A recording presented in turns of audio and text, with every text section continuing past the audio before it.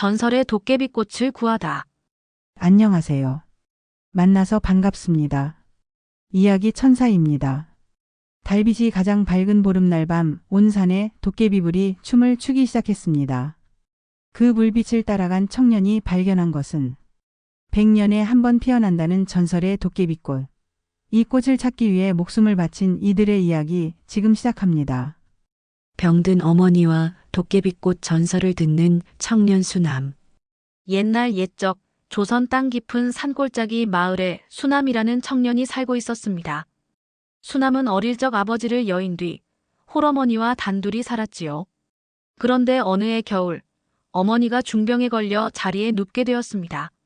어머니, 오늘은 열이 조금 내리셨습니까? 마을의 의원님이 지어주신 약을 가져왔으니 드셔보십시오. 수남은 걱정스러운 목소리로 말했습니다. 어머니는 힘없는 목소리로 기침을 하며 대답했습니다. 수남아 고맙구나 하지만 이 병은 약으로 낫지 않을 것 같구나. 수남은 다급한 목소리로 어머니를 위로했습니다. 어머니, 그런 말씀 마십시오. 제가 어떻게든 어머니 병을 고칠 방법을 찾겠습니다. 사흘 안에 약재를 구해오겠습니다. 수남은 마을 장터로 나가 모든 약재상을 찾아다녔습니다. 하지만 어머니의 병을 고칠 약은 어디에도 없었지요. 지친 수남이 장터 귀퉁이에 앉아 한숨을 쉬고 있을 때였습니다. 흰 수염을 길게 늘어뜨린 노인 하나가 수남 앞에 멈춰서서 말을 건넸습니다. 젊은이 근심이 깊어 보이는구려. 무슨 일인가? 수남은 고개를 들어 노인을 바라보았습니다. 노인장, 제 어머니께서 중병에 드셨는데 어떤 약도 효험이 없습니다. 어찌해야 할지 모르겠습니다. 노인은 긴 수염을 쓰다듬으며 고개를 끄덕였습니다. 그렇다면 도깨비꽃을 찾아보게나? 수남은 눈을 크게 뜨고 물었습니다. 도깨비꽃이라고요? 노인이 목소리를 낮추어 말했습니다. 그것은 1년에 단 하루 보름달이 가장 밝게 빛나는 밤에만 피는 꽃이라네. 그 꽃은 어떤 병도 고칠 수 있는 신비한 힘을 가졌다고 하지. 하지만 노인은 잠시 말을 멈추었습니다.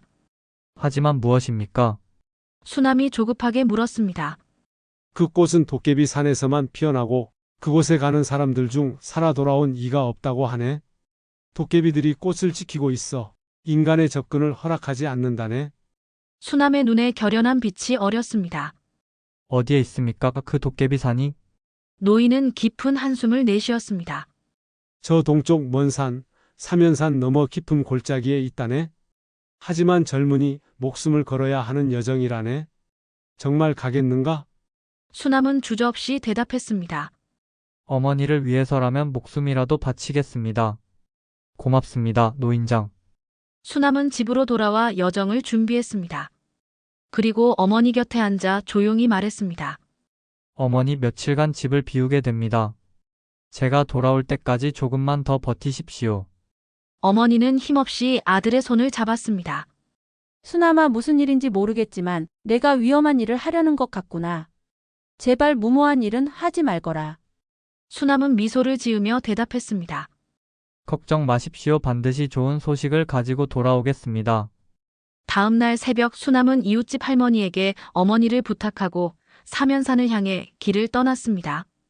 그의 가슴 속에는 어머니를 살리겠다는 일념뿐이었습니다.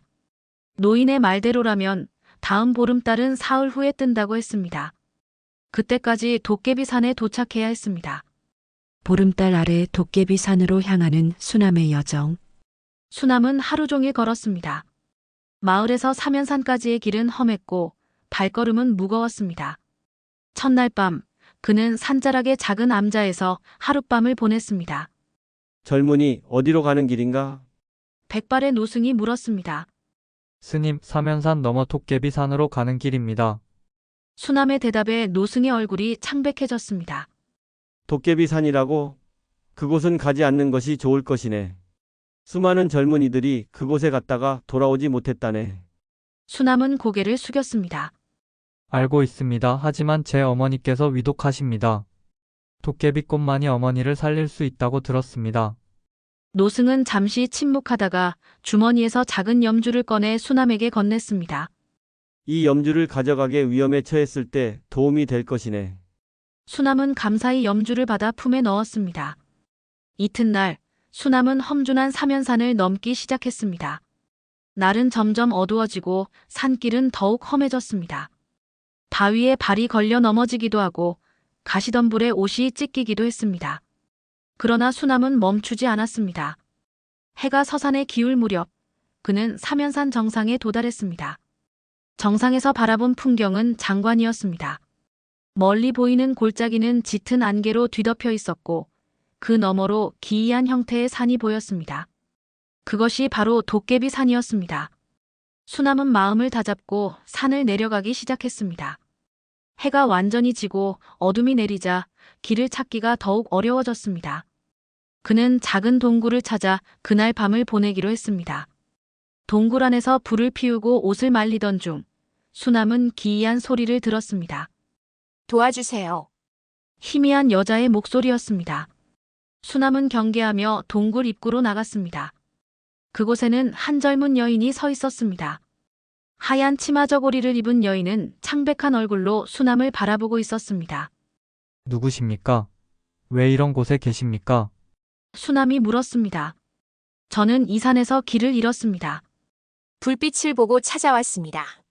하룻밤만 쉬어가게 해주시겠습니까? 여인의 목소리는 바람처럼 가늘었습니다. 수남은 잠시 망설이다가 고개를 끄덕였습니다. 들어오십시오. 불가에서 몸을 녹이세요. 여인은 미소를 지으며 동굴로 들어왔습니다. 그녀가 불빛 앞에 서자 수남은 이상한 점을 발견했습니다. 여인의 발이 땅에 닿지 않고 살짝 떠 있었던 것입니다.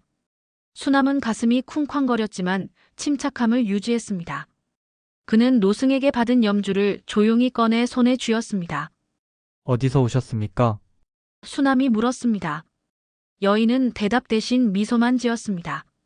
그리고 천천히 수남에게 다가왔습니다. 당신은 용감한 청년이군요. 도깨비 산을 찾아오다니 무엇을 구하러 온 거죠? 여인의 목소리가 점점 변했습니다. 처음에는 부드러웠지만 이제는 기이하게 울리는 소리로 바뀌었습니다. 수남은 염주를 꽉 쥐었습니다. 어머니의 병을 고칠 도깨비꽃을 찾으러 왔습니다. 그 말에 여인의 얼굴이 일그러졌습니다. 그녀의 아름다운 모습이 순식간에 변해 붉은 얼굴에 뿔이 난 도깨비의 형상으로 바뀌었습니다. 하하. 인간, 내가 찾는 꽃은 우리의 보물이다. 감히 넘보다니. 도깨비가 소리쳤습니다. 수남은 놀랐지만 염주를 도깨비를 향해 들었습니다. 염주에서 불빛이 발산되자 도깨비는 비명을 지르며 뒤로 물러났습니다.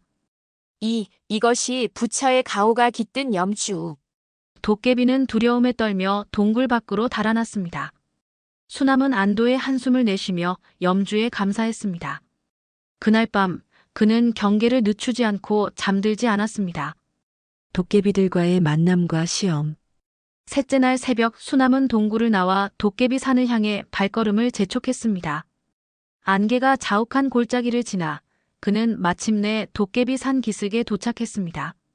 산은 기이한 모양의 바위들로 이루어져 있었고 때때로 정체불명의 소리가 들려왔습니다. 수남은 두려움을 이겨내며 산을 오르기 시작했습니다.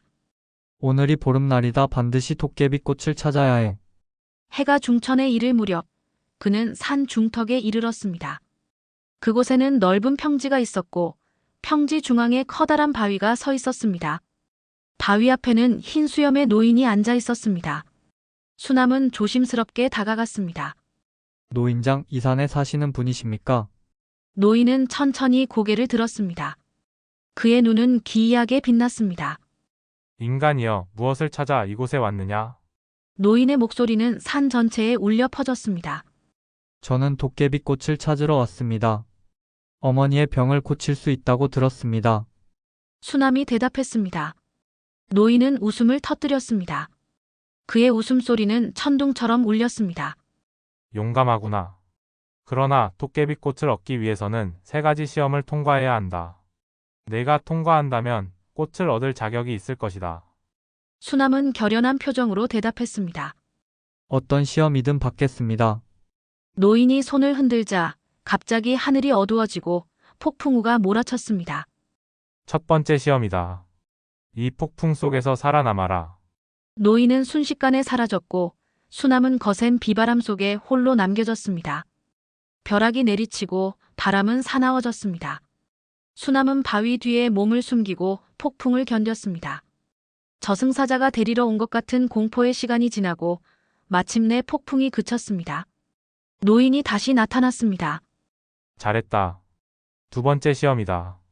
그가 손을 흔들자 수남의 발 앞에 깊은 연못이 생겨났습니다. 연못 속에는 무언가가 빛나고 있었습니다. 저 연못 속에 있는 구슬을 건져 올려라. 그러나 조심하라. 연못 속에는 너를 끌어들이려는 영혼들이 있다. 수남은 주저없이 연못으로 뛰어들었습니다. 물속은 놀랍도록 깊었고 차가웠습니다. 그는 아래로 헤엄쳐갔습니다. 물속에서 희미한 목소리들이 들렸습니다. 돌아가. 수남은 귀를 막고 계속 내려갔습니다.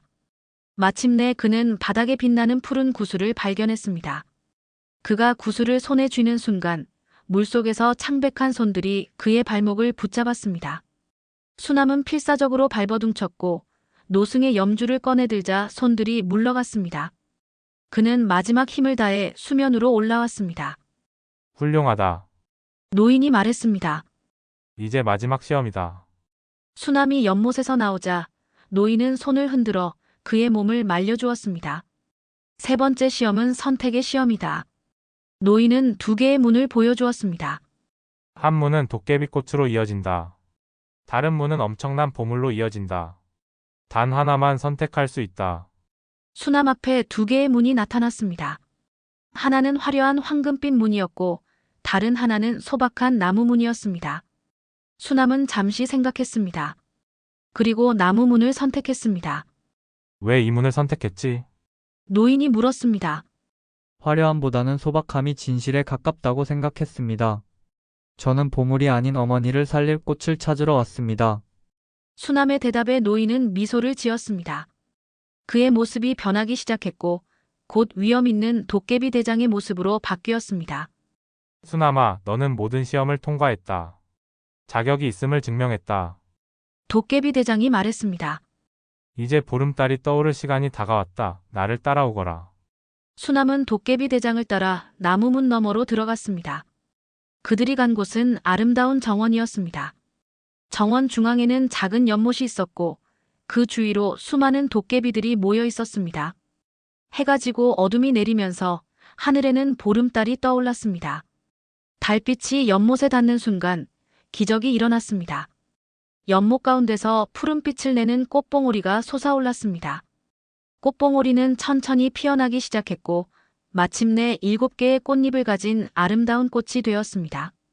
그것이 바로 전설의 도깨비꽃이었습니다. 수남아, 이 꽃은 천년에 한 번 피어나는 꽃이다. 인간의 욕심 때문에 우리는 이 꽃을 지켜왔다. 그러나 너의 효심과 용기를 보았다. 꽃을 가져가거라. 도깨비 대장이 말했습니다. 수남은 감사의 인사를 하고 조심스럽게 꽃을 손에 들었습니다. 꽃은 달빛처럼 차갑고 따뜻했습니다. 이 꽃으로 어머니를 구하고 우리의 이야기를 전해다오. 도깨비들이 말했습니다. 그날 밤 수남은 도깨비들의 보살핌을 받으며 정원에서 쉬었습니다. 그리고 다음 날 새벽 그는 도깨비꽃을 품에 안고 산을 내려가기 시작했습니다. 집으로 돌아가는 길은 신기하게도 순탄했습니다. 마치 도깨비들이 길을 열어준 것 같았습니다. 수남은 사흘 만에 마을로 돌아왔고 곧장 어머니에게 달려갔습니다. 도깨비꽃을 찾아내는 수남. 수남아, 이 꽃은 천년에 한 번 피어나는 꽃이다. 인간의 욕심 때문에 우리는 이 꽃을 지켜왔다. 그러나 너의 효심과 용기를 보았다. 꽃을 가져가거라. 도깨비 대장이 말했습니다. 수남은 감사의 인사를 하고 조심스럽게 꽃을 손에 들었습니다. 꽃은 달빛처럼 차가우면서도 따뜻했습니다.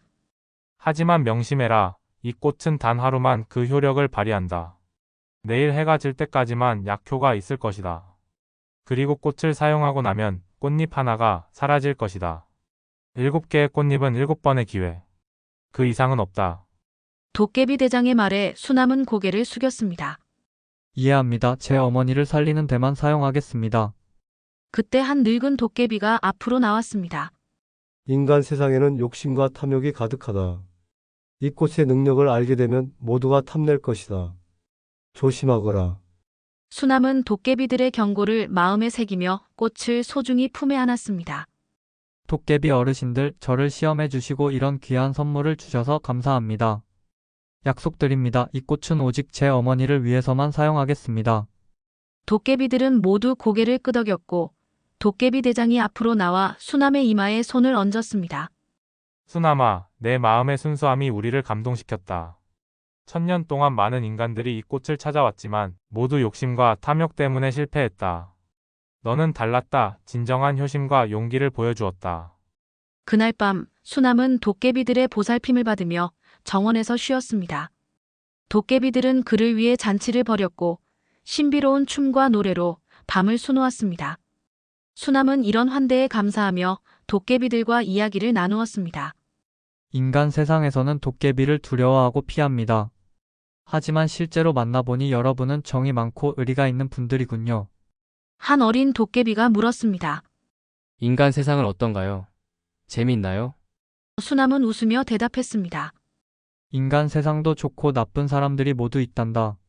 하지만 서로 돕고 사랑하며 살아가지. 마치 너희들처럼 말이야. 밤이 깊어갈수록 도깨비들과 수남 사이의 대화는 더욱 깊어졌습니다.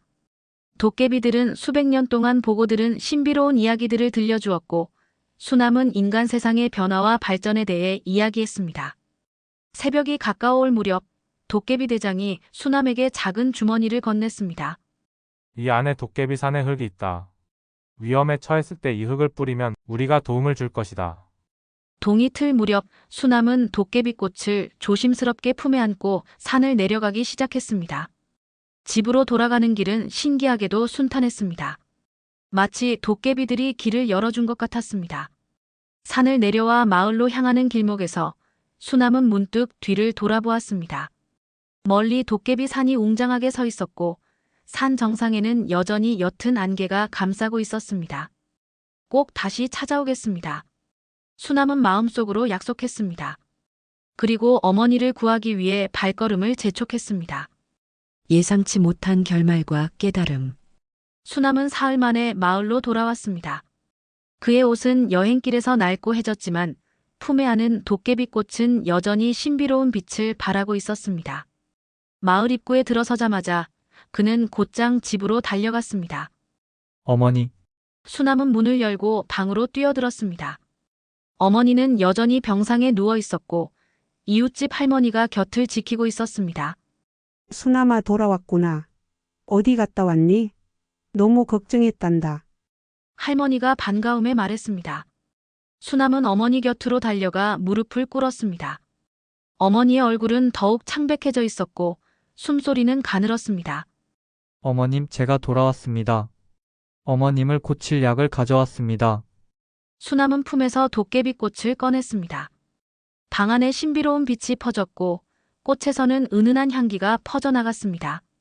이웃집 할머니는 놀라움에 입을 다물지 못했습니다. 이게 무슨 꽃이냐? 이런 꽃은 본 적이 없구나. 수남은 도깨비 대장의 말을 떠올리며 꽃잎 하나를 조심스럽게 떼어냈습니다. 그는 물그릇에 꽃잎을 띄웠고 물이 푸른빛으로 변했습니다. 어머님, 이 물을 드세요. 병이 나을 것입니다. 수남이 어머니의 입술에 물을 적셨습니다. 놀랍게도 물을 마신 어머니의 얼굴에 즉시 혈색이 돌기 시작했습니다. 가늘던 숨소리가 점점 안정되었고 몇 시간이 지나자 어머니는 눈을 떴습니다. 수남아, 내가 정말 돌아왔구나. 어머니의 목소리에는 힘이 돌아왔습니다. 수남은 기쁨에 눈물을 흘렸습니다. 어머님, 정말 다행입니다. 이웃집 할머니는 이 기적 같은 광경에 놀라 마을 사람들에게 소식을 전하러 나갔습니다. 그날 저녁 소문을 들은 마을 사람들이 수남의 집으로 모여들었습니다. 모두들 도깨비꽃의 이야기를 듣고 싶어 했고 특히 마을에서 가장 부자인 최참파는 특별한 관심을 보였습니다. 수남이 그 꽃을 나에게 팔지 않겠나? 내 딸이 오랫동안 병석에 누워 있다네. 금열량을 주겠네. 수남은 고개를 저었습니다. 죄송합니다만 이 꽃은 팔 수 없습니다. 최참파는 금액을 계속 올렸지만 수남은 완강히 거절했습니다. 사람들이 모두 떠난 후 수남은 도깨비꽃을 조심스럽게 보관했습니다. 남은 6개의 꽃잎은 여전히 빛을 발하고 있었습니다. 다음 날 놀라운 소식이 마을에 퍼졌습니다. 최 참판의 집에 도둑이 들어 귀중품을 훔쳐갔다는 것이었습니다. 수남은 불안한 예감에 집안을 살펴보았고 도깨비꽃이 사라진 것을 발견했습니다. 수남은 즉시 최 참판의 집으로 달려갔습니다. 그곳에서 그는 최 참판이 도깨비꽃의 꽃잎을 딸에게 먹이는 모습을 보았습니다. 멈추십시오. 수남이 소리쳤지만 이미 늦었습니다. 최 참판은 이미 2개의 꽃잎을 딸에게 먹였고 딸은 기적적으로 회복되고 있었습니다. 이 꽃은 내 것이다. 내가 거절했으니 내가 가져온 것뿐이야. 최 참판이 오만하게 말했습니다. 수남은 슬픔과 분노로 가득 찼지만 도깨비 대장의 경고를 기억했습니다. 그 꽃은 욕심에 따라 화가 될 수도 있습니다. 부디 조심하십시오. 그날 밤 기이한 일이 일어났습니다. 최 참판의 딸은 회복되었지만 그녀의 피부가 점점 푸른빛으로 변하기 시작했고 몸에서는 도깨비꽃 향기가 퍼져나갔습니다. 공포에 질린 최 참판은 수남을 다시 찾아왔습니다. 도와줘. 내 딸이 이상해져 간다. 최 참판이 간청했습니다. 수남은 도깨비 대장이 준 주머니를 열어 흙을 뿌렸습니다. 순간 방 안에 안개가 피어오르고 도깨비 대장이 나타났습니다. 인간의 욕심이 또 화를 부르는구나. 도깨비 대장이 최 참판을 노려보며 말했습니다. 그 꽃은 순수한 마음으로 사용해야 하는 것, 내 욕심이 딸을 위험에 빠뜨렸다. 도깨비 대장은 수남에게 돌아보았습니다. 수남아, 남은 꽃잎으로 이 딸을 구할 수 있다. 하지만 그것은 내 선택이다. 수남은 잠시 생각한 후 고개를 끄덕였습니다. 도깨비 대장님, 비록 최 참판님이 잘못을 저질렀지만 그의 딸은 죄가 없습니다. 제가 도와드리겠습니다. 수남은 남은 꽃잎 중 하나를 최 참판의 딸에게 먹였고 그녀의 피부는 점차 원래대로 돌아왔습니다. 도깨비 대장은 만족스럽게 고개를 끄덕였습니다. 수남아, 내 마음씨는 여전히 순수하구나. 이제 이 꽃을 어떻게 할 것인지 내가 결정해라. 수남은 잠시 생각한 후 결심했습니다. 도깨비 대장님, 이 꽃은 다시 도깨비 산으로 돌려보내고 싶습니다. 인간 세상에는 너무 많은 욕심이 있고 이 꽃이 더 많은 문제를 일으킬 수 있을 것 같습니다. 도깨비 대장은 미소를 지으며 수남의 어깨를 두드렸습니다. 현명한 결정이다. 이 꽃은 다시 도깨비 산으로 돌아갈 것이다. 그리고 너의 효심과 지혜를 기억할 것이다. 그 후로 마을에는 도깨비꽃에 대한 이야기가 전설처럼 전해 내려왔습니다. 수남의 어머니는 완전히 회복되어 오랫동안 건강하게 살았고 수남은 자신의 경험을 바탕으로 많은 사람들에게 욕심보다 중요한 것이 무엇인지 가르쳤습니다. 그리고 매년 보름달이 뜨는 밤이면 사람들은 도깨비 산을 바라보며 푸른 빛을 찾곤 했습니다. 마치 도깨비들이 여전히 그곳에서 꽃을 지키고 있다는 것을 알리듯이. 여러분, 오늘 들려드린 달빛 아래 피는 도깨비꽃 이야기는 어떠셨나요? 조선시대부터 전해 내려오는 이 민담은 효심과 욕심, 그리고 선택의 중요성에 대해 우리에게 깊은 교훈을 전합니다. 수남이 어머니를 위해 위험한 도깨비산으로 떠난 여정은 진정한 효심의 모습을 보여줍니다. 그가 3가지 시험을 통과하고 도깨비꽃을 얻게 된 것은 단순한 행운이 아니라 그의 순수한 마음과 용기 덕분이었습니다. 하지만 꽃이 인간 세상에 오자 벌어진 일들은 우리에게 묻습니다. 우리 삶에서 정말 중요한 것은 무엇인가? 최 참판의 욕심이 가져온 결과와 수남의 선택이 보여주는 지혜의 차이는 오늘날에도 여전히 유효한 메시지입니다. 여러분의 삶에서 때로는 도깨비꽃처럼 욕심이 날 만한 것들을 만날 수 있을 것입니다. 그때 여러분은 어떤 선택을 하시겠습니까? 수남처럼 타인을 생각하고 더 큰 그림을 볼 수 있는 지혜를 갖출 수 있기를 바랍니다. 다음 이야기 시간에는 또 다른 흥미로운 조선의 민담을 들려드리겠습니다. 이야기 천사의 다른 이야기들도 찾아 들어보세요. 구독과 좋아요, 알림 설정도 잊지 마시고요. 여러분의 소중한 댓글도 기다리고 있겠습니다. 달빛 아래 꿈결 같은 밤 되세요. 안녕히 계세요.